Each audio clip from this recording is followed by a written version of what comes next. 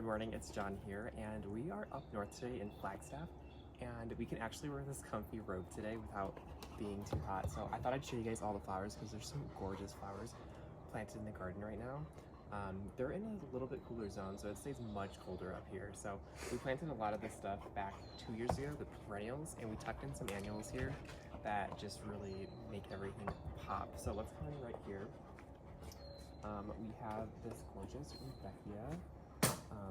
I don't remember quite the name of this. If I can find it, I'll put it on the screen.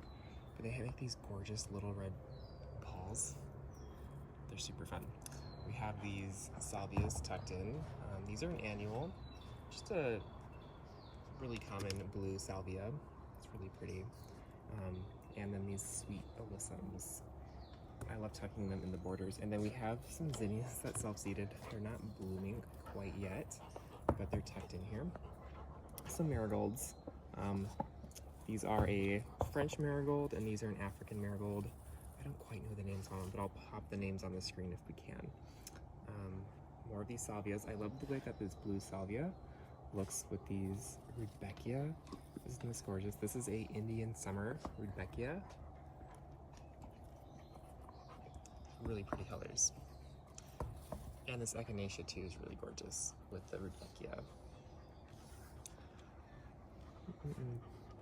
So everything is looking really good. We had some foxgloves in here earlier this spring that we'll cut back a little bit. We have more over here too. These rudbeckias and these echinaceas look so good together. Again, more Indian summer. This is a tomato soup echinacea. Look at that, it's like a sunset color. Really gorgeous. I love the way that the cones look. I don't know the name of this echinacea, but again, if I'll find it, I'll put it on the screen. Just a really pretty white one, like a creamy yellow, but I love the way this looks with the tomato soup. It's really gorgeous. And more alyssum, marigolds, and these foxgloves are still kicking out blooms, which is great because they've been planted here for 3 years. This is a foxy, not foxy, this is a pink panther foxglove. It's gorgeous. Cut it. Just stop it. Just stop it. This is the bed on the other side of the walkway, but we have a lot of annuals here, the marigolds, and we tucked in this alyssum, but look at this border, you guys. Look how beautiful this alyssum border is.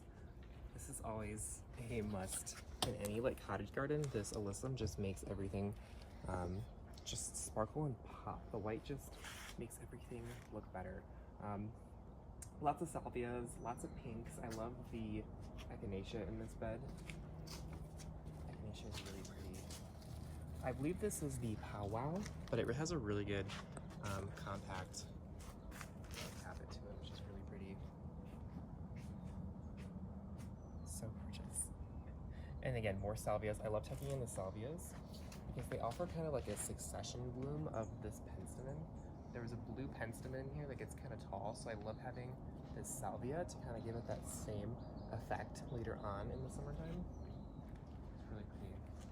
We actually have some delphiniums in here that are just starting to bloom, or going to bloom, I should say, which is pretty.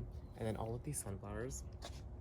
We didn't plant any of these sunflowers, but they love to self-seed in the beds and then outside the bed, so we just let them do their thing.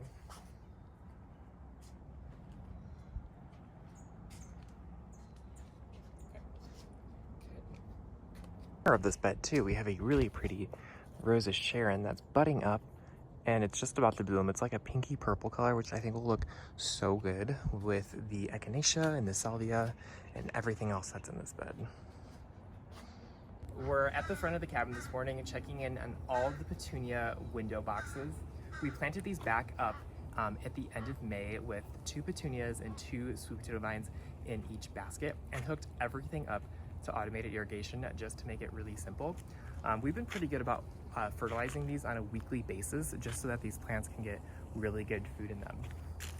So let's check in to see which one did better, the Supertunias or the wave petunias. These are the Supertunia Vista fuchsias, and they look absolutely stunning. We haven't touched any of the petunias in any of these baskets. We haven't pruned them or trimmed them. So this is just what we get for getting the petunias growing. So there's 2 of them in each basket, and I think they look so good with these sweet potato vines. These chartreuse sweet potato vines look really well with the petunias. It's just a nice trailing element. This is the wave petunia, and they just have not held up nearly as good as the vistas. We had a slight underwatering and a slight overwatering issue at different points in the year, and they have just not held up nearly as good as the vistas. The vistas seem to be a lot hardier in my opinion, so I think I'll be planting all of these with vistas next year just for really maximum easy color. Like, these have been really easy to maintain, and that's why we love the vistas, just because they get massive and they have a really beautiful growth habit to them. Again, this is the wave. We need to give it a little trim, but there's just not enough color in the center here, in my opinion. So the vistas are definitely what we're gonna be planting next year. And I think that's gonna look so pretty on all of these window boxes in the future. So thanks for watching, you guys, and I will see you guys in the next video.